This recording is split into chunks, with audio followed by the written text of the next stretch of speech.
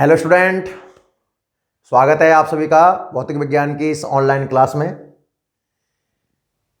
बच्चों, अपन NCERT course में जो क्लास 12th की फिजिक्स है उसका चैप्टर नंबर 1 पढ़ रहे हैं। चैप्टर का नाम है वैद्युत आवेश और क्षेत्र। और इस चैप्टर को क्रम से पढ़ते हुए हम पहुंच चुके हैं विद्युत क्षेत्र रेखाओं पर। जैसा कि मैंने आपको बताया कि कल का लेक्चर बहुत थ्योरेटिकल था भाई, है ना।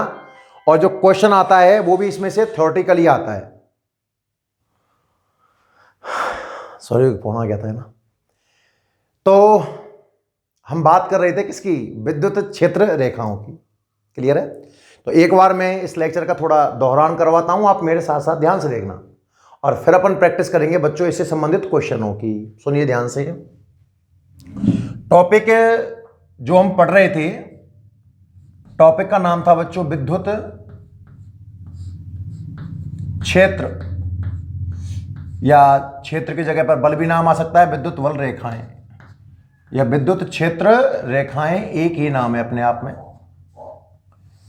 तब विद्युत क्षेत्र रेखाओं से संबंधित कौन कौन से क्वेश्चंस बन सकते हैं इसकी अपन चर्चा करेंगे। सबसे पहले पहला पॉइंट जो बनता है इसमें वो बनता है इसकी परिभाषा का। भाई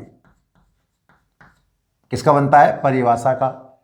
तो एक तो आपको कल परिभाषा समझ में आ गई थी, मैं दोबारा समझाऊंगा, वापस ध्यान से बोर्ड पर पूरा लेक्चर देखेंगे भाई बिना स्किप किए हुए ना। तो मैंने कहा था कि एक विद्युत क्षेत्र होगा, एक आवेश रखा हुआ है Q, प्लस का हो सकता है या माइनस का हो सकता है, अपने चारों ओर विद्युत क्षेत्र बनाएगा। आप इसके अंदर एक परीक्षण आवेश लेके आओगे। आप मान लो परीक्षण आवेश लेके आ गए Q0। तो इस आवेश के कारण इस परीक्षण आवेश पर बल लगेगा और बल के प्रभाव में जिस पथ पर यह परीक्षण आवेश गति करेगा, विद्युत क्षेत्र में स्वतंत्र धनावेश या फिर आप कहिए परीक्षण आवेश जिस पथ पर गति करता है या गति करने का प्रयास करता है उसे कहते हैं विद्युत क्षेत्र रेखा। क्या परिभाषा है कि विद्युत क्षेत्र में स्वतंत्र धनावेश जिस पथ पर गति करता है या गति करने का प्रयास करता है उस पथ को हम कहते हैं विद्युत क्षेत्र रेखा। बात करी थी बच्चों गुणधर्मों की। गुणधर्मों में पहला गुणधर्म आपको मैंने क्या बताया था? काल्पनिक होती हैं। ये कैसी होती हैं भैया? काल्पनिक होती हैं। विद्युत क्षेत्र रेखा कैसी होती हैं बच्चों? काल्पनिक होती हैं। दूसरा पॉइंट मैंने क्या बताया था? आप इनको किसी भी दिशा में खींच सकते हो। दिशा से क्या तात्पर्य था? जैसे आपको मैंने बताया कि भाई प्लस क्यू आवेश है, तो प्लस क्यू आवेश में से विद्युत बल रेखाएं बाहर निकलती हैं। प्लस का क्यू आवेश है, अगर प्लस का क्यू आवेश है तो बल रेखाएं क्या प्लस क्यू में से बाहर निकलती हैं। तो दिशा का मतलब है किधर भी, जरूरी नहीं इधर ही होगा, इधर भी हो सकती हैं, इधर भी हो सकती हैं, इधर भी हो सकती है, कहीं भी किसी भी दिशा में खींच सकते हो बच्चों आप इनको। तो पहला पॉइंट क्या था? काल्पनिक होती हैं, किसी भी दिशा में खींच सकते हो। फिर पॉइंट लिखाया था कि ये सतत होती हैं भैया। कैसी होती हैं? सतत। कई रीजन है। एक रीजन इसका ये भी हो सकता है कि भैया ये दर्शाता है पथ को, ये दर्शा रहा है पथ को। तो जो आवेश जब एक बिंदु से दूसरे बिंदु तक जाएगा, ये परीक्षण आवेश जब एक बिंदु से दूसरे बिंदु तक जाएगा तो उछल उछल के नहीं जाएगा, सीधा कंटिन्यूअस जाएगा, इसलिए ये भी कंटिन्यूअस होगी। और आवेश उछल उछल के जा रहा होता तो फिर ये कैसी होती? असतत होती एक तरीके से। तो ध्यान रखना कैसी होती हैं भैया? सतत होती हैं। परिभाषा पढ़ ली पहले हमने। परिभाषा के बाद में कुछ गुणधर्म पढ़े। गुणधर्मों में जो सबसे पहला गुणधर्म हमें समझ में आया वो गुणधर्म था कि विद्युत क्षेत्र रेखाएं काल्पनिक होती हैं। दूसरा गुणधर्म था भैया इनको किसी भी दिशा में खींच सकते हो। फिर हमने पढ़ा कि कैसी होती हैं? सतत होती हैं। फिर हमने पढ़ा कि अगर धनावेश है तो बल रेखाएं धनावेश से कहां निकलती हैं? बाहर। और अगर ऋणावेश है तो बल रेखाएं ऋणावेश में क्या करती हैं? प्रवेश। ये पॉइंट आप याद रखना, फ्लक्स में काम लूंगा। जो बल रेखाएं बाहर निकल रही हैं इसका मतलब आवेश धनावेश है, और बल रेखाएं अंदर एंटर कर रही हैं इसका मतलब आवेश बच्चों कैसा है? ऋणावेश है। फिर सुना ध्यान से। उसके बाद मैंने बताया कि कई पॉइंट हो सकता है कि देखो क्रम ऊपर नीचे हो जाए, क्रम महत्वपूर्ण नहीं होता है भैया ना, ध्यान रखना कि विद्युत क्षेत्र रेखाओं के बीच की जो दूरी है, बीच की जो दूरी है यह है क्षेत्र का परिमाण। विद्युत क्षेत्र क्या है? परिमाण। गैप बराबर है तो क्षेत्र समरूप है। कहीं कहीं बल रेखाएं पास पास हैं, कहीं कहीं बल रेखाएं दूर दूर हैं। तो जहां पास पास हैं, जहां बल रेखाएं सघन हैं, वहां क्षेत्र की वैल्यू कैसी है? ज्यादा। और जहां बल रेखाएं दूर दूर हैं, विरल हैं, वहां क्षेत्र की वैल्यू कैसी है भैया? कम। फिर दिशा के बारे में मैंने क्या समझाया कि ये बल रेखा है, आपको इस बिंदु पर क्षेत्र की दिशा चाहिए, तो जिस बिंदु पर आपको दिशा चाहिए ना, उस बिंदु पर स्पर्श रेखा खींच दीजिए। मान लो इस बिंदु पर स्पर्श रेखा इधर आती है, मींस ये विद्युत क्षेत्र की दिशा है, ये विद्युत क्षेत्र की दिशा है। फिर मैंने आपको बताया कि विद्युत क्षेत्र रेखाएं आपस में कभी भी प्रतिच्छेद नहीं करती हैं, आपस में काट नहीं सकती। इसका रीजन क्या बताया? अगर काटेंगी तो इस पर दो स्पर्श रेखाएं हो जाएंगी। कितनी स्पर्श रेखाएं हो जाएंगी? दो। तो विद्युत क्षेत्र की दो दिशाएं बन गई, इसका मतलब एक ही पॉइंट पर, और एक ही पॉइंट पर क्षेत्र की दो दिशाएं संभव नहीं है।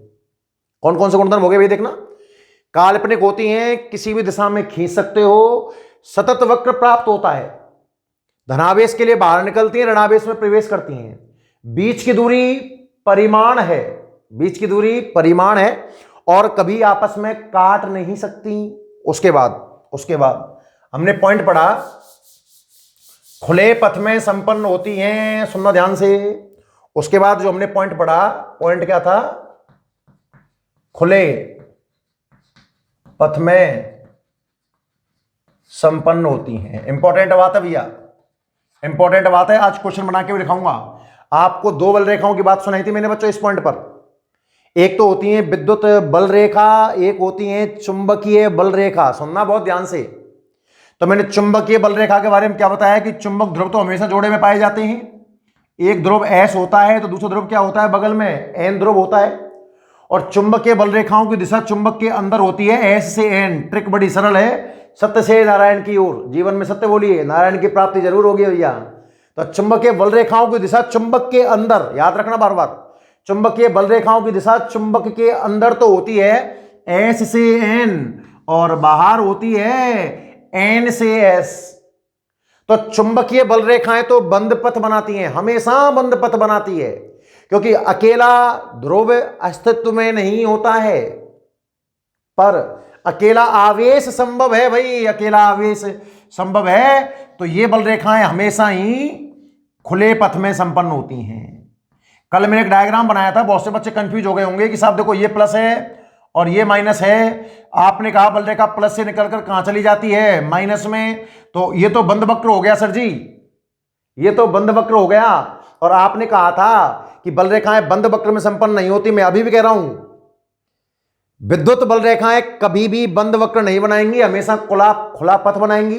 ये बंद वक्र कहां है भैया? खुलाई तो है, दो बना दिए मैंने। बंद कब होता कि प्लस से निकलकर माइनस में जाती और माइनस से निकलकर प्लस में आती, ऐसा बन रहा होता पूरा सर्किल, तो बंद लूप बनता ना। पर बंद लूप कहां बना है बता? ये भी प्लस से निकलकर माइनस में जा रही है, और ये दूसरी है प्लस से निकलकर माइनस में है बच्चों। खुला पथ ही, याद रखना बार बार, खुले पथ में संपन्न होती हैं, बंद पथ कभी भी नहीं बनाएंगी। अगला पॉइंट क्या था कि चालकों के लंबवत होती हैं, चालकों के लंबवत, चाहे इनको मुड़ना पड़ जाए, मुड़ जाए भले से, पर हमेशा चालक के लंबवत होती हैं। इस पॉइंट को डिस्कस करेंगे चैप्टर नंबर 2 में। मैं आपको याद दिला दूंगा, जब मैं आपको संभव पृष्ठ पढ़ाऊंगा उस समय इस पॉइंट का एक्सप्लेनेशन कर सकते हैं, इस टाइम भी कर सकते हैं, उस टाइम बेटर समझ में आएगा। तो मेरा मानना है कि अपन ये पॉइंट उस समय समझेंगे, पर आप याद रखेंगे बच्चों, चालकों के कैसी होती हैं? लंबवत। और सुन ध्यान से अगला पॉइंट, अगर सजातीय आवेश है, और इसमें एक पॉइंट और कह सकते हो आप, चालक के लंबवत होती हैं, चालक सतह के तो लंबवत होती हैं, चालक सतह कहो आप इस चीज को, चालक सतह के तो लंबवत होती हैं, और चालक के अंदर नहीं होती, चालक के अंदर नहीं होती। मतलब क्या है? मैंने कल भी चित्र बनाया था, बल रेखा आई कुछ इस तरीके से मान लो, तो ये लंबवत है, ये तो है लंबवत, अंदर नहीं बनानी है। इधर चाहे मुड़ जाएगी पर रहेगी लंबवत ही, ध्यान रखना। काफी अच्छा कॉन्सेप्ट है भैया ये।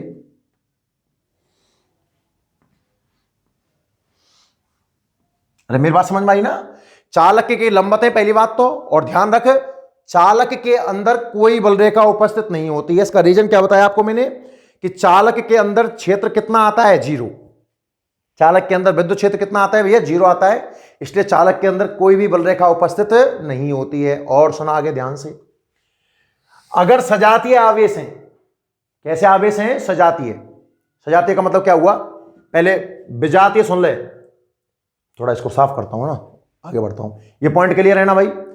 मैं आपको कल का चैप्टर रिवाइज करवा रहा हूं, कल का जो लेक्चर था वो रिवाइज करवा रहा हूं भैया। थ्योरेटिकल है, थोड़ा दिमाग लगाएगा पूरा समझ में आएगा।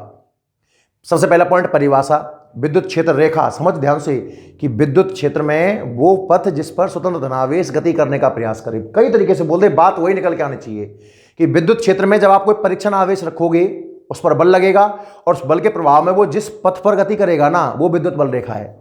गुणधर्म की बात करें तो काल्पनिक होती हैं, कहीं भी खींच सकते हो, सतत होती हैं, धनावेश के लिए बाहर निकलती हैं, ऋणावेश के लिए प्रवेश करती हैं।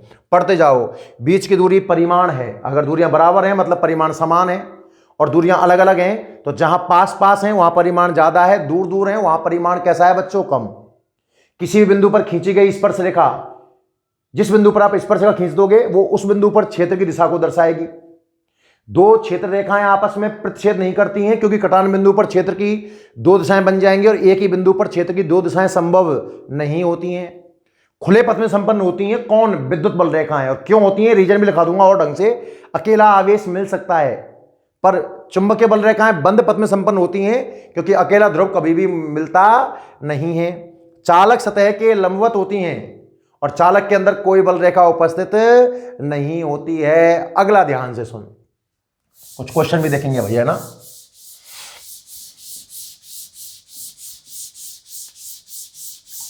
कुछ बच्चों की डिमांड है भाई कि सर जी बीच में एक आध वीडियो में रिवाइज भी करवा दिया करो, है ना? तो आप पढ़ते रहिए, रिवीजन की वीडियो भी साथ में ज्वाइंट कर दिया करेंगे भाई ना। किताब के क्वेश्चन भी करते रहे, एनसीईआरटी के क्वेश्चन भी अपन कराएंगे, जो होमवर्क दें उसे किया करो। अब सुन ध्यान से, लास्ट के 2 पॉइंट जो थे उन पर मैं कुछ क्वेश्चंस बनाता हूं, ठीक है ना? कि विजातीय हैं तो लचकदार डोरी की भांति होंगी और सजातीय हैं तो परस्पर कैसी हो जाएंगी? लंबवत। ध्यान से सुनना कैसे, देखना ध्यान से। देखो ये प्लस का क्यू आवेश है, बिंदुवती हैं सारे आवेश। ये भी प्लस का क्यू आवेश है, ठीक। अब इनके बीच में हमें बल रेखाएं खींचनी है। सजातीय हैं और परिमाण समान है, सजातीय हैं और परिमाण समान है। देखो परिमाण अगर समान है तो जितनी बल रेखाएं इस आवेश पर होंगी उतनी बल रेखाएं इस आवेश पर होंगी। इससे पहले एक क्वेश्चन और समझ ले हल्का सा। मैंने एक आवेश दिया आपको Q1 और यहां दूसरा आवेश दिया Q2, ठीक है? और इनकी बल रेखाएं मैं आपको दे दूं, ये लो, इनकी बल रेखाएं मैं आपको बना के दे दूं।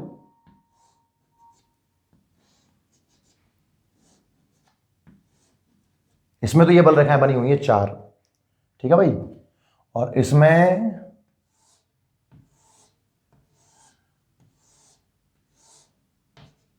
1 2 3 4 5 6 7 8 9 और 10 बनी हुई है। 2 आवेश दिए हुए हैं भैया, Q1 और Q2। क्वेश्चन है कि Q1 तथा Q2 के परिमाण का अनुपात क्या होगा? आपको Q1 बटा Q2 निकालना है। जो 2 आवेश हैं Q1 Q2, इन आवेशों का जो परिमाण है उसका अनुपात निकालना है। विचार करो कैसे निकालोगे? Q1 और Q2 का अनुपात क्या होगा? कौन ज्यादा है कौन कम है? और बराबर है तो 1:1 और ज्यादा कम है तो जो अनुपात है वो आपको निकालना पड़ेगा। विचार करें बच्चों। Q1 में बल रेखाएं बनाई हैं आपने कितनी? 4, 1 2 3 और 4 बल रेखाएं बनाई हैं Q1 में आपने। और Q2 में कितनी बल रेखाएं? गिनना ध्यान से। 1 2 3 4 5 6 7 8 9 10 बल रेखाएं Q2 में। तो जो बल रेखाएं हैं वो Q1 की तुलना में कहां ज्यादा हैं? Q2 में। दिमाग लगा? मतलब Q2 में बल रेखाएं सघन है और Q1 में बल रेखाएं विरल हैं। कह सकता हूं चित्र को देखकर भैया ज्यादा है मतलब सघन है ना। Q2 में बल रेखाएं सघन है और Q1 में बल रेखाएं कैसी हैं? विरल। तो बता कहां क्षेत्र ज्यादा है? दिमाग लगा। मैंने कहा जहां बल रेखाएं सघन वहां क्षेत्र ज्यादा, मतलब इसके पास क्षेत्र ज्यादा है, इसके पास क्षेत्र कैसा है, कम, बराबर दूरी पर देखूं तो भी, और दूरियां बराबर लेकर के क्षेत्र यहां ज्यादा है, मींस ये आवेश ज्यादा है, जाहिर सी बात है। तो एक तो इसको देखकर रिजल्ट ये निकलता है, पहली बात तो कि जो आवेश Q2 है वो ज्यादा है Q1 के रेस्पेक्ट में। जिस आवेश पर बल रेखाएं जितनी ज्यादा होंगी वो आवेश परिमाण में उतने ज्यादा होगा, और ये रिजल्ट भी आप निकाल सकते हो। ध्यान से देखना, आपको चाहिए Q1 बटा Q2, तो Q1 में कितनी बल रेखाएं हैं भाई, 4, और Q2 में कितनी बल रेखाएं हैं, 10।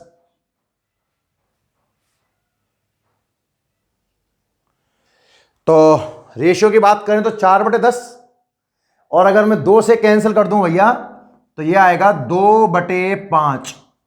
तो Q1 और Q2 का अनुपात है साहब 2:5। कितना अनुपात है, 2:5। क्लियर कहानी समझ में आई ना।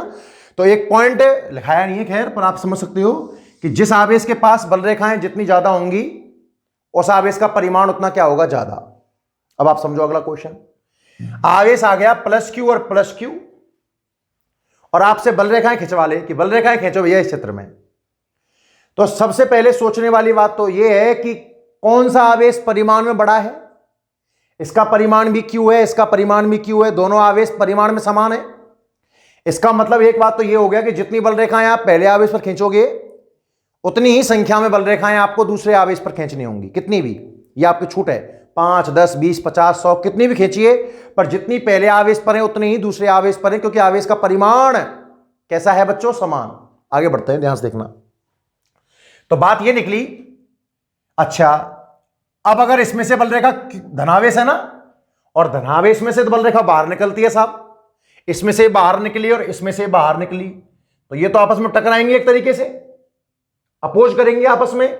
याद करो एक साम्य अवस्था नाम का टॉपिक पढ़ाया था आपको मैंने, साम्य अवस्था। सजातीय आवेश हैं तो साम्य अवस्था कहीं बीच में आती है, और विजातीय आवेश हैं तो साम्य अवस्था आवेशों को मिलाने वाली रेखा के बाहर आती है। पर बच्चों जहां भी आती है कम परिमाण वाले आवेश के पास आती है, याद करो। क्या दोनों आवेश सजातीय हैं, मीन्स साम्य अवस्था बीच में आएगी, और क्या परिमाण बिल्कुल बराबर है, इसका मतलब एग्जैक्ट मध्य बिंदु पर आएगी। यहां मध्य बिंदु पर एक ऐसा बिंदु प्राप्त होगा जहां पर कोई भी बल रेखा उपस्थित नहीं होगी। क्यों नहीं होगी, यहां तक तो आएंगी पर प्रतिकर्षण की वजह से ये मुड़ जाएंगी। इस बीच वाले ब्लॉक पर एक ऐसा बिंदु मिलेगा जहां कोई भी बल रेखा मौजूद नहीं होगी, इसी को नाम दिया गया है उदासीन बिंदु। यहां से बल रेखा निकली और यहां गई, यहां से बल रेखा निकली और यहां कुछ इस तरीके से गई भाई, बिल्कुल बीचों बीच में मध्य बिंदु मिलना चाहिए।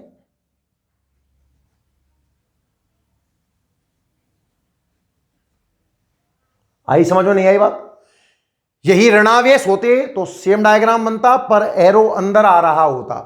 इसमें बाहर गया है ना, तो उसमें कहां आ रहा होता, अंदर। अब इतना ही छोड़ दो, और बनाना चाहो आप कोई दिक्कत नहीं, ये बनाओ तो इसमें भी बनाओ फिर, क्योंकि परिमाण तो बराबर हैं। जितनी बल रेखा पहले आवेश में है उतनी ही बल रेखा दूसरे आवेश में भी है, जितनी तुम्हारी इच्छा। और मैंने कहा किसी भी दिशा में खींच सकता हूं जहां तुम्हारी इच्छा है, तो कितने कहीं भी चारों ओर बना सकते हो अपने बल रेखाओं को। कहानी समझ में आई ना। बीच में ये जो बिंदु मिला है, ये जो बिंदु मिला है बच्चों, उदासीन बिंदु रहेगा। कॉन्सेप्ट जो आपको मैंने विद्युत क्षेत्र में पढ़ाया था। तो कल मैंने एक पॉइंट लिखाया था कि सजातीय अगर आवेश हैं तो बल रेखाएं एक दूसरे के लंबवत हो जाती हैं, मतलब ऐसे साइड में निकल जाती हैं। पर अगर ये विजातीय होता, अच्छा सजातीय में ही मैं एक क्वेश्चन और कराऊंगा आपको, है ना। ये समान परिमाण का हो गया, क्वेश्चन मानते चाहो आप, तो बल रेखाएं खींच रहे हैं। दूसरा देखेंगे अपन, अगर विजातीय सजातीय में ही परिमाण ज्यादा कम लेके देखता हूं।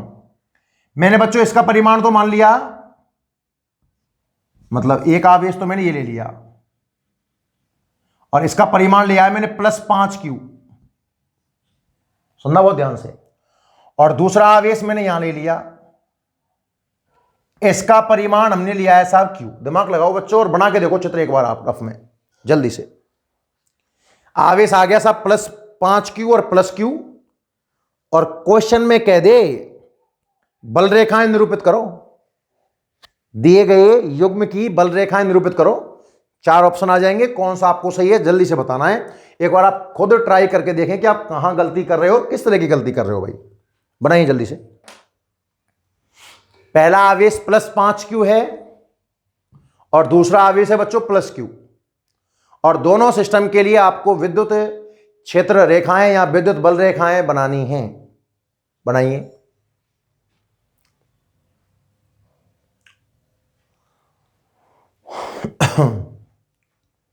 बनाओ, ट्राई करो, ट्राई करो, जल्दी से ट्राई करो। सभी लोग ट्राई करें भाई, बनाएं जरूर, क्योंकि गलत करोगे तभी सही सीखोगे।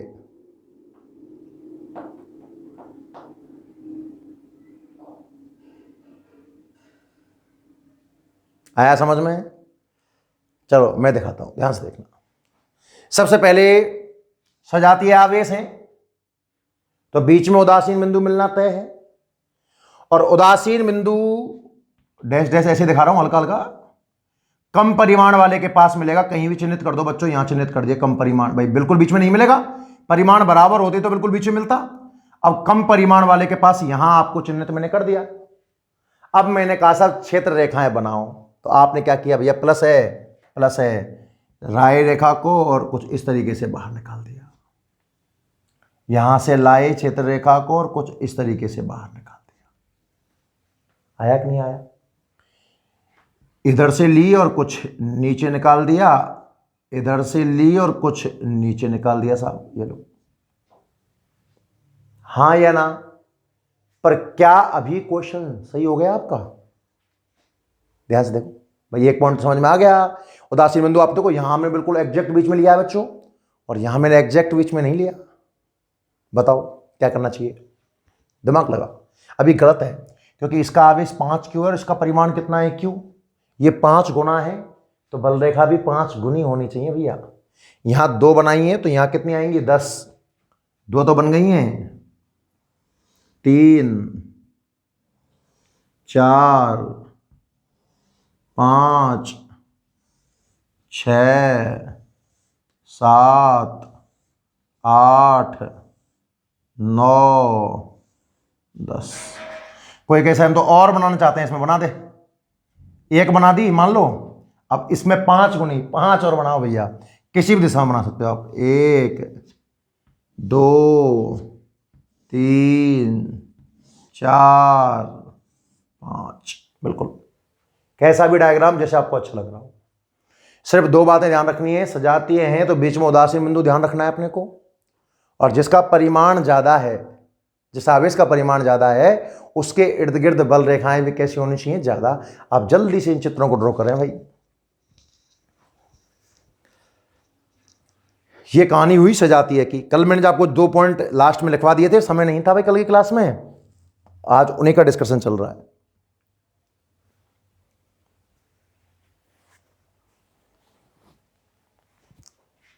ठीक है, ये कहानी तो हो गई किसकी, सजातीय की। अब और समझ आ गई। विजातीय आवेश की बात करें, परिमाण वाली कहानी समझ में आ गई। जहां बल रेखाएं ज्यादा वहां परिमाण ज्यादा, जहां बल रेखाएं कम वहां परिमाण कम। अनुपात निकालना हो तो बल रेखाओं की संख्याओं का अनुपात निकाल दो। सजातीय आवेश हैं तो उदासीन बिंदु बीच में मिलता है, बराबर परिमाण के हैं तो बिल्कुल बीच में, अलग अलग परिमाण है तो कम परिमाण वाले आवेश के पास मिलता है। विजातीय की कहानी सुनना ध्यान से। जिस तरीके से हमने सजातीय में बनाया है डायग्राम, विजातीय में भी बना पाएंगे भाई। कैसे?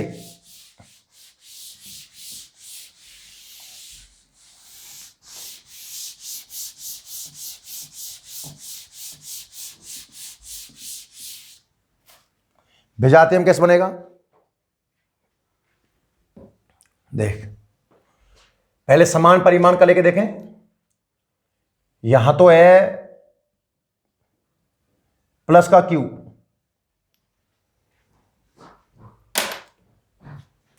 इस जगह पर तो है धनावेश ले लो कोई भी, प्लस का q, और इस जगह पर है बच्चों माइनस का q। दिमाग लगाना ध्यान से भाई, आप एक बार खुद ट्राई कीजिए। दिए गए आवेशों के लिए बल रेखाएं बनाइए भैया। पहला प्लस का q है और दूसरा माइनस का q है, बनाइए बल रेखाएं। चित्र बना के देखो कैसा बनेगा, बताओ। बल रेखा में चित्र का ही क्वेश्चन फेमस होता है भाई ना। छोटे मोटे कॉन्सेप्ट हैं, सतत होती हैं, आपस में काटती नहीं है, स्पर्शरेखा क्षेत्र की दिशा को दर्शाती है, चालकों के लंबवत होती हैं, और मेन चीज ये जो मैं चित्र बना रहा हूं ना बल रेखाओं में, इसका क्वेश्चन फंसता है ना। दिमाग लगाओ। तो भैया देखो, बल रेखा प्लस से निकलेगी और कहां जाएगी? माइनस में। प्लस बल रेखाओं को निकाल रहा है और माइनस बल रेखाओं को खींच रहा है, पर चूंकि दोनों का परिमाण बराबर है तो जो टॉप का बिंदु आएगा वो बिल्कुल बीचों बीच में आएगा, ऐसे ऐसे, मतलब कुछ इस तरीके से, बिल्कुल ऊंचाई पर जो होगी वो बिल्कुल बीच में रहेगी। लग रहा है कैसा? हाँ बिल्कुल। और नीचे से आएगी वो बल रेखा बिल्कुल बीच में, ऐसे टॉप पर बीच में जाएगा। बनाओ। अब कुछ वाली मत मिलाओ, आप कोई दिक्कत नहीं। इस तरीके का आप डायग्राम बनाओ।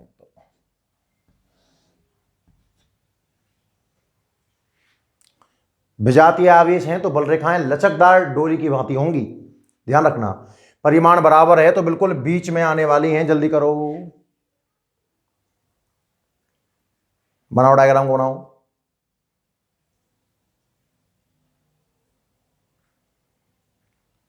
अगला क्वेश्चन सुनना ध्यान से। बल रेखाएं खींचनी है भैया, सुनना। यहां तो मान लो आप प्लस का क्यू, ठीक है, और कुछ दूर बाद रखा हुआ है माइनस का 5 क्यू। बनाइए बल रेखाएं भाई। दोनों आवेशों के बीच में बल रेखाएं बनाओ जल्दी से। दोनों आवेशों के बीच में बल रेखाएं बनाइए। एक को मान लो प्लस का क्यू और एक को मान लो माइनस का 5 क्यू।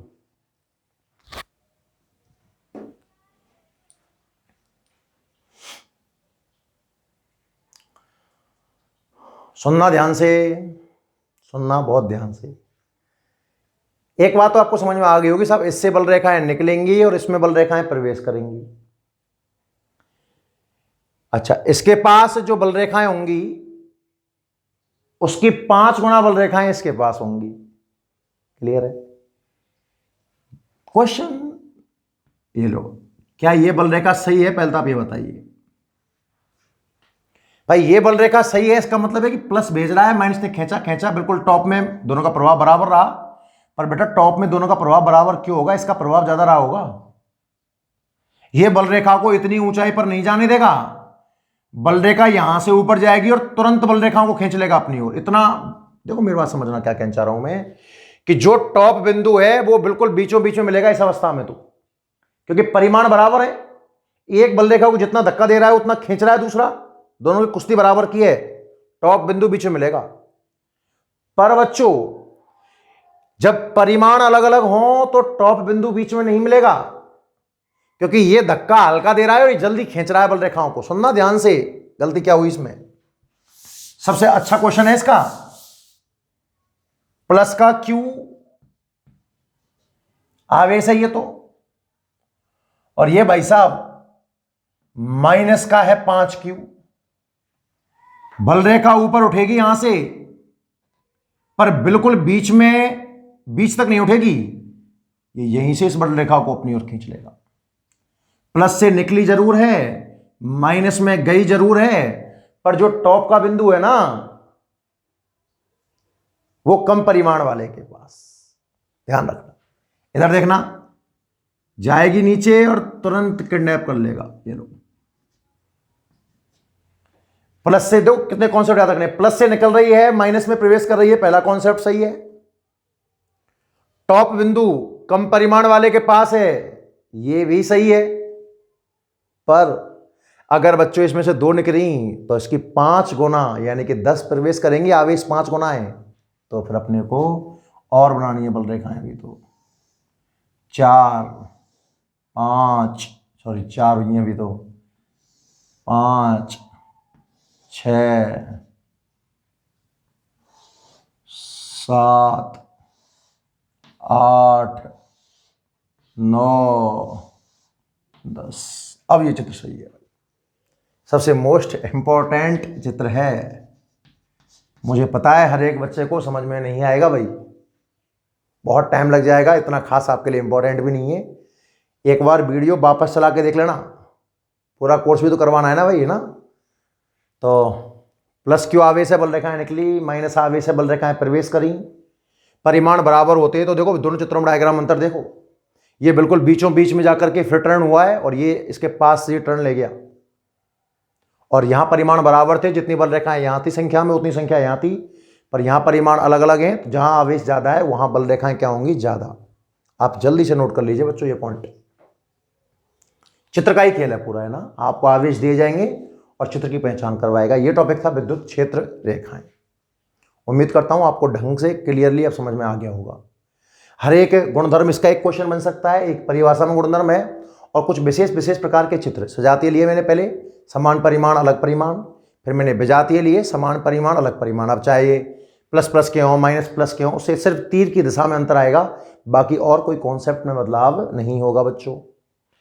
एक एनसीईआरटी का ही अपना एक क्वेश्चन है, वो अपन देख लेते हैं। विद्युत क्षेत्र रेखाओं के गुणधर्म और अच्छे क्लियर हो जाएंगे, ध्यान से देखना। तो जिनके पास बुक हो वो बुक निकाल लीजिए। अतिरिक्त अभ्यास में जो पहला क्वेश्चन दिया हुआ है, एनसीईआरटी की बुक के पीछे जो क्वेश्चन दिए हुए हैं ना, उनमें कुछ अतिरिक्त अभ्यास करके दिया हुआ है, और उस अतिरिक्त अभ्यास में जो क्वेश्चन नंबर 1 है वो आप निकाल लीजिए भाई। कुछ डायग्राम बने हुए हैं देखो एनसीईआरटी की बुक में, मैं बोल दूं पेज नंबर 48 निकाल लीजिए सब आप, पेज नंबर 48 निकाल लीजिए। क्वेश्चन कह रहा है कि चित्र 1.35 में दर्शाए गए वक्रों में से कौन कौन संभावित स्थिर विद्युत क्षेत्र रेखाएं निरूपित नहीं करते हैं। कुछ डायग्राम बना रहा हूं और बताना है कि ये डायग्राम पॉसिबल है या नहीं है। 1.26 1.26 का ए जो चित्र है, चित्र क्या बना हुआ है बुक में वो देखना कि एक टेढ़ी मेढ़ी सरफेस बनी हुई है, चालक है, ध्यान रखना चालक है। तो जो आपने इसको आवेश दिया होगा, आप जानते हो कि चालक को अगर कोई आवेश दोगे तो वो आवेश इसकी सतह पर एक समान रूप से वितरित हो जाता है। तो चालक को आपने आवेश दिया और ये आवेश इस चालक चाहे किसी भी आकृति का हो, सतह पर समान रूप से वितरित हो जाएगा। क्लियर है। क्वेश्चन में क्या दिया हुआ है, बल रेखाएं, एक बल रेखा ऐसे है भाई, प्लस है तो बल रेखाएं बाहर निकल रही हैं सब, ऐसे है ऐसे है,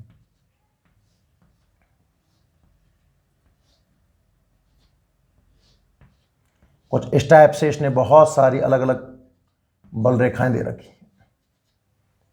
क्लियर है ना। बताइए बच्चों कि ये बल रेखाओं का डायग्राम संभव है या नहीं, विचार करिए जल्दी से आप और कमेंट करके बताना है। संभव है तो यस कमेंट करिए और संभव नहीं है तो नो कमेंट करिए जल्दी से। पहला आंसर, पहला क्वेश्चन कि क्या ये बल रेखाओं का डायग्राम पॉसिबल है, यस या नो में कमेंट कीजिए। मैं वेट कर रहा हूं, देखूंगा भाई कितने लोग कमेंट करते हैं, है ना। देख रहा हूं मैं, जब मैं आप वीडियो देख रहे होंगे तो आपको मैं आपका कमेंट देख रहा हूं भाई उस समय, ठीक है ना। जल्दी से कमेंट कर दीजिए। तो ये चित्र संभव है या नहीं है, इसका आंसर है नहीं। जिन बच्चों ने नो कमेंट किया है उनका सही आंसर है भाई। और क्यों संभव नहीं है बच्चों, मैंने आपको एक गुणधर्म दिखाया था कि विद्युत क्षेत्र रेखाएं चालकों के लंबवत होती हैं हमेशा। विद्युत क्षेत्र चाहे मुड़ जाएं पर रहेगी चालकों के लंबवत ही। इसमें कुछ एक तो लंबवत दिख रही हैं, अब जैसे कि देखो इसकी बात करें तो आपको कहीं भी लंबवत नजर नहीं आ रही होगी। बहुत सी बल रेखाएं हैं जो इसमें लंबवत नजर नहीं आ रही हैं। तो आंसर है कि यह चित्र बल रेखाओं के हिसाब से संभव नहीं है। लिख लेना आंसर पहले का, संभव नहीं है, यह संभव नहीं है। और उसका रीजन क्या दोगे बच्चों, क्योंकि विद्युत क्षेत्र रेखाएं तो चालक सतह के लंबवत होती हैं। क्या रीजन रहेगा कि विद्युत क्षेत्र रेखाएं चालक सतह के लंबवत होती हैं, इसलिए ये चित्र संभव नहीं है। रीजन लिख लेना, मैं बोल दिया हूं, बार बार लिखूंगा नहीं इस चीज को, कि विद्युत बल रेखाएं चालक सतह के लंबवत होती हैं, अतः दिया गया चित्र संभव नहीं है। जल्दी लिख लीजिए, विद्युत बल रेखाएं चालकों के लंबवत होती हैं, अतः दिया गया चित्र संभव नहीं है। अगला देखना, कुछ एक डायग्राम और बनाता हूं। प्लस का आवेश है पहला, दूसरा बच्चों माइनस का आवेश है, तीसरा बच्चों प्लस का आवेश है, चौथा बच्चों प्लस का आवेश है और पांचवा बच्चों प्लस का आवेश है। प्लस का आवेश है तो कुछ बल रेखाएं इसमें से बाहर निकाल रखी हैं। तीन तीन बल रेखाएं यहां बना रखी हैं, 1 2 3, 1 2 3।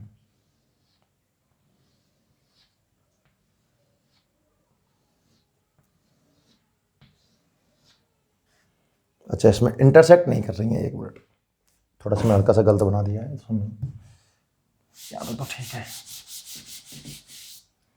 यहां पर एक आवेश प्लस का है,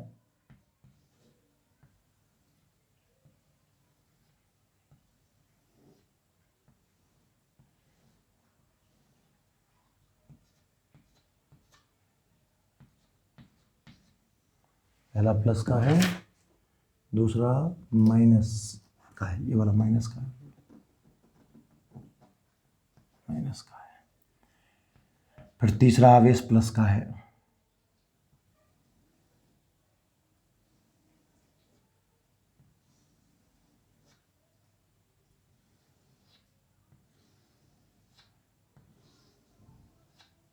ठीक है ना। बताओ संभव है या नहीं है, देखते जाना भाई। फिर अगला आवेश जो है, पहला आवेश प्लस का है, माइनस का है, फिर 3 आवेश हैं प्लस के, तो एक तो ये हो गया, इसके नीचे प्लस का आवेश है,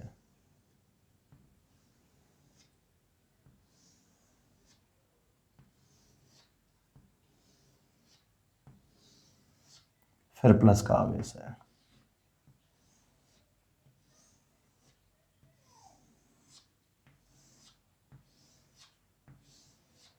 और फिर इसमें बल रेखाएं बाहर निकल रही।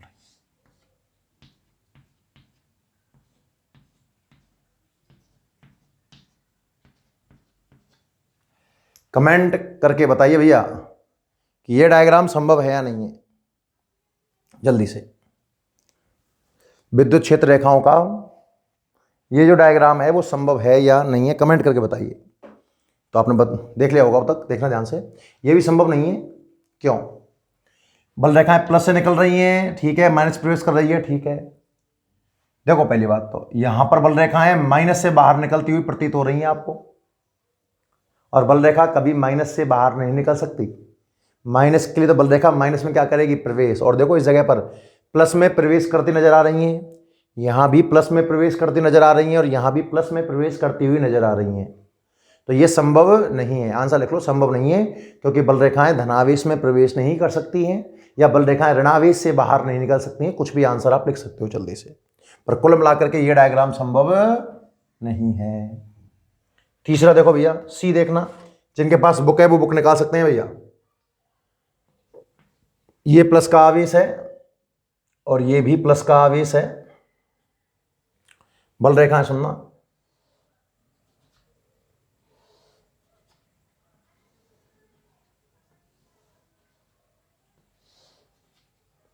ऐसी इसने बहुत सारी बल रेखाएं बना रखी हैं। जिनके पास बुक है वो बुक में देख सकते हैं भैया।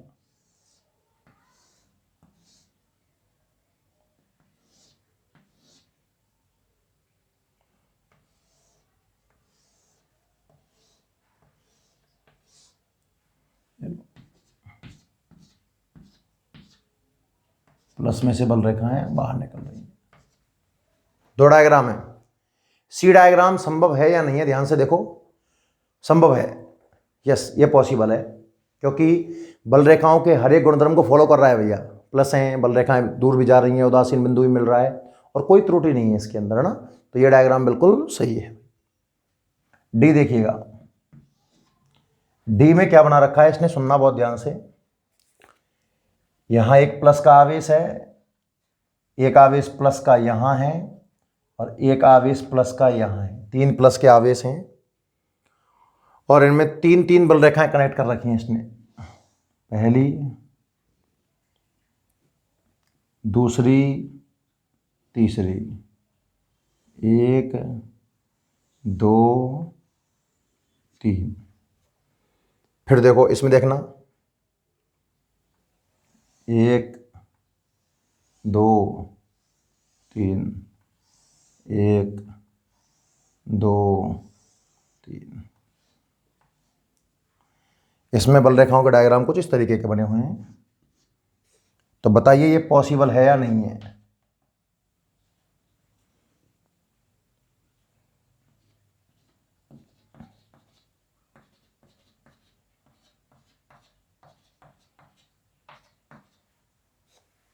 ठीक है ना, सॉरी अंदर आ रही है। ये संभव है या नहीं है आप कमेंट करके बताइए। डी संभव है या नहीं है। भाई बहुत सारा डायग्राम है तो डायग्राम बनाने में समय लगता है ना थोड़ा सा। पहला पॉसिबल नहीं था क्योंकि बल रेखाएं चालक सतह के लंबवत होती हैं और इसमें ऐसा कहीं दिख नहीं रहा है। दूसरा संभव नहीं है क्योंकि बल रेखा कभी भी ऋणावेश से बाहर नहीं निकलती हैं, धनावेश में प्रवेश नहीं करती हैं। तीसरा चित्र बिल्कुल सही है, इसमें कोई टेंशन नहीं है। चौथा चित्र भी सही नहीं है। क्यों सही नहीं है बच्चों? क्योंकि इसमें बल रेखाएं एक्चुअल में हो क्या रहा है कि एक तो आपस में काट रही हैं, देखो ध्यान से इन बिंदुओं पर। क्या यहां बल रेखा काट रही हैं आपस में? कई बिंदु आपको ऐसे प्राप्त हो गए जिन पर बल रेखा प्रतिच्छेद कर रही है। एक कॉन्सेप्ट आप ये बोल सकते हो। और गुणधर्म कहता है कि बल रेखाएं आपस में कभी भी प्रतिच्छेद नहीं करती हैं। और दूसरा गुणधर्म क्या कह रहा है, ध्यान से देख, बल रेखा प्लस से निकल रही है, ये सही है, लेकिन प्लस में प्रवेश कर रही है और बल रेखा कभी धनावेश में प्रवेश नहीं कर सकती है। क्लियर भाई यहां तक? तो ये चित्र भी संभव नहीं है। एक चित्र और बना हुआ है बच्चों, ई पॉइंट। और ई पॉइंट का चित्र क्या कहता है आप समझिएगा ध्यान से। एक सतह तो कुछ यहां बनी हुई है, एक सतह कुछ यहां बनी हुई है, इस पर तो प्लस का आवेश फैला हुआ है,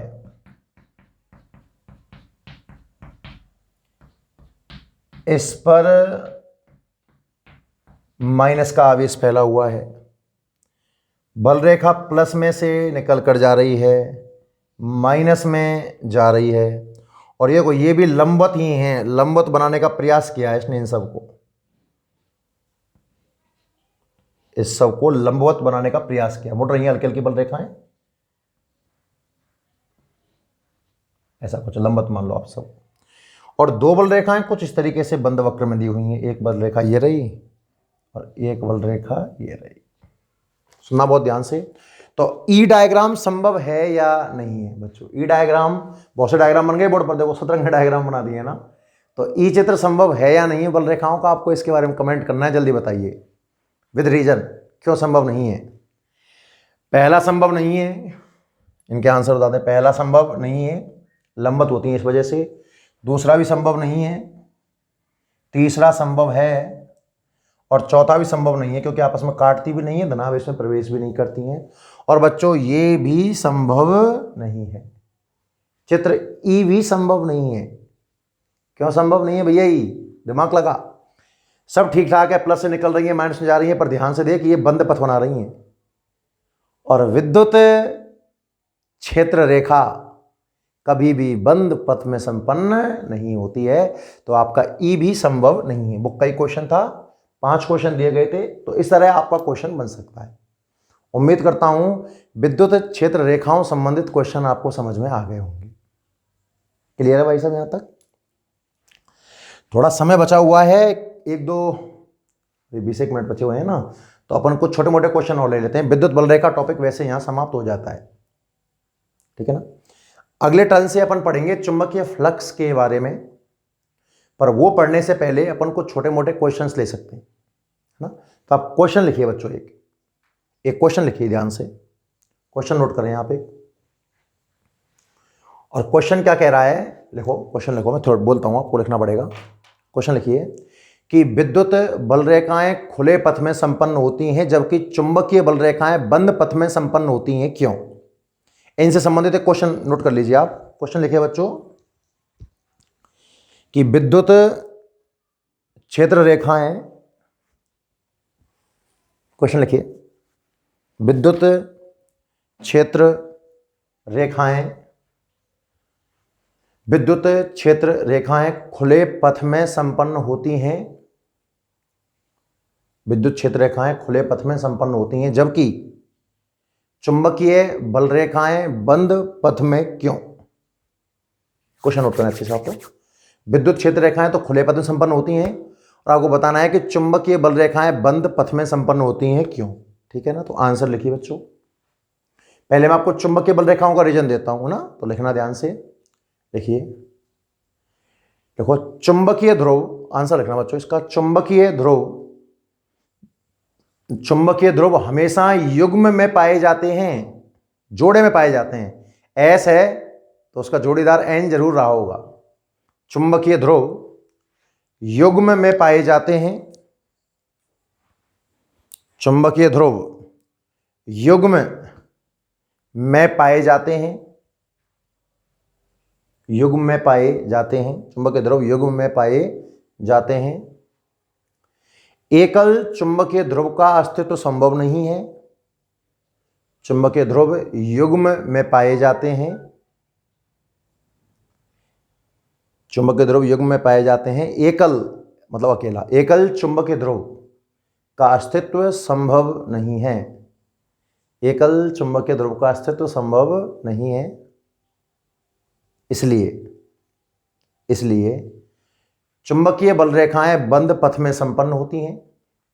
भाई एस है तो जस्ट बगल में एन जरूर रहा होगा, इसलिए चुंबकीय बल रेखाएं बंद पथ में संपन्न होती हैं, इसलिए चुंबकीय बल रेखाएं बंद पथ में संपन्न होती हैं। समझ गए आप लोग? जबकि अब विद्युत बल रेखाओं के बारे में लिख दो। जबकि एकल आवेश प्रकृति में संभव है, जबकि एकल आवेश, अकेला आवेश तो मिल सकता है ना, प्लस भी मौजूद हो सकता है अकेला और माइनस भी मौजूद हो सकता है। जबकि एकल आवेश संभव है, एकल ध्रुव संभव नहीं है, एकल आवेश संभव है। अतः विद्युत बल रेखाएं खुले पथ में संपन्न होती है। अगर शॉर्ट में बोलूं वन वर्ड में, तो चुंबकीय ध्रुव युग्म में पाए जाते हैं, जबकि आवेश एकल अवस्था में भी संभव है, एकल आवेश संभव है। अतः विद्युत बल रेखाएं खुले पथ में संपन्न होती हैं, विद्युत बल रेखाएं खुले पथ में संपन्न होती हैं। क्लियर? नोट कर लिया होगा आप लोगों ने। एक क्वेश्चन और नोट करो, छोटा छोटा थोड़ा पीछे का पोर्शन जो बचा हुआ है उसमें से जितने क्वेश्चन बन पाए मैं आपको धीरे धीरे नोट कराऊंगा। क्वेश्चन बना के और लिखिए कि कूलाम के नियम की सीमाएं लिखो। चलो ये क्वेश्चन बनाओ और जवाब सोचो जल्दी से। एक वीडियो में मैंने आपको पूरा समझाया था कूलाम का नियम और लिखाया नहीं था सीमाएं, तो अब आप नोट करिए, कूलाम के नियम की सीमाएं लिखिए। क्वेश्चन लिखें बच्चों, कूलाम के नियम की सीमाएं लिखिए, कूलाम के नियम की सीमाएं लिखिए। आंसर सुनना।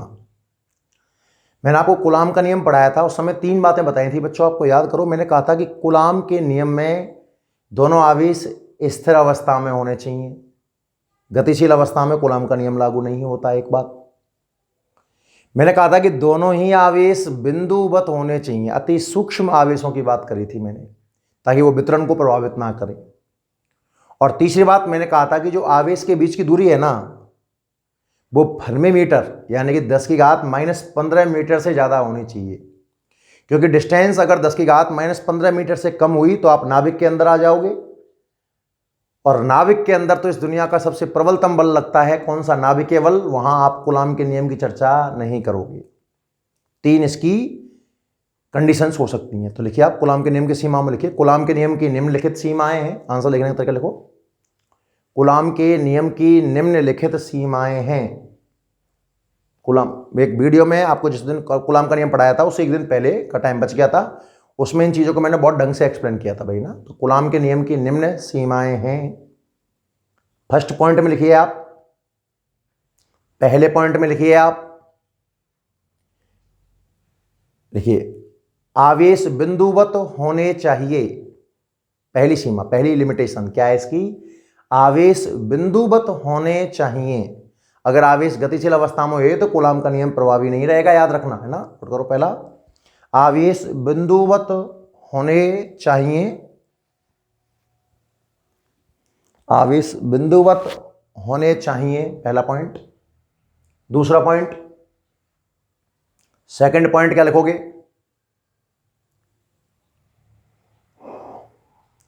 पहला पॉइंट हो गया आवेश, अच्छा बिंदुवत लिखा है पहला, मतलब एक पॉइंट तो बना दो आप, आवेश स्थिर अवस्था में होने चाहिए, और दूसरा पॉइंट बना दीजिए आप आवेश बिंदुवत होने चाहिए। 2 पॉइंट बनाओ जल्दी से। एक पॉइंट लिख दो किसी में भी, आवेश स्थिर अवस्था में होने चाहिए, और दूसरे में लिखिए आवेश बिंदुवत होने चाहिए। क्लियर? तीसरा पॉइंट, तीसरा पॉइंट लिखिए, आवेशों के बीच की दूरी 10⁻⁻15 मीटर से अधिक होनी चाहिए। आवेशों के बीच की दूरी 10⁻⁻15 मीटर कोटि से अधिक होनी चाहिए। मतलब आवेशों के बीच की दूरी 10⁻⁻15 मीटर कोटि से, मतलब -14, -13 कुछ इस टाइप, -10 ऐसी कुछ हो, -15 मीटर कोटि से अधिक होनी चाहिए। 2 क्वेश्चन अपन नोट कर लिए। एक तो पढ़ लिया कि चुंबकीय बल रेखाएं बंद पथ में संपन्न होती हैं क्योंकि ध्रुव जोड़े में पाए जाते हैं, और विद्युत बल रेखाएं खुले पथ में संपन्न होती हैं क्योंकि अकेला आवेश संभव है। फिर हमने कूलाम के नियम की सीमाएं पढ़ी, और इस कूलाम के नियम से ही एक क्वेश्चन और बनता है। आप तीसरा क्वेश्चन नोट करिए, देखिए, आवेश के एसआई मात्रक को परिभाषित कीजिए। ये क्वेश्चन नहीं बन सकता है भाई। आवेश के एसआई मात्रक को परिभाषित कीजिए। आवेश के एसआई मात्रक को परिभाषित कीजिए। सोचो, आवेश का एसआई मात्रक, और आवेश का एसआई मात्रक होता है बच्चों कूलाम। स्टैंडर्ड मात्रक जो आवेश का पढ़ा है आपने, क्या पढ़ा है? कूलाम। या आपको आसान भाषा में लिख लीजिए अथवा करके कि एक कूलाम को परिभाषित कीजिए। 2 तरीके से पूछ सकता है, आवेश के एसआई मात्रक को परिभाषित कीजिए या फिर एक कूलाम को परिभाषित कीजिए। देखना ध्यान से, देखो बच्चों, आपने 2 आवेश अगर लिए हैं Q1 और Q2, मेरी बात सुनना बहुत ध्यान से। आपने 2 आवेश अगर लिए हैं, यहां देख लो,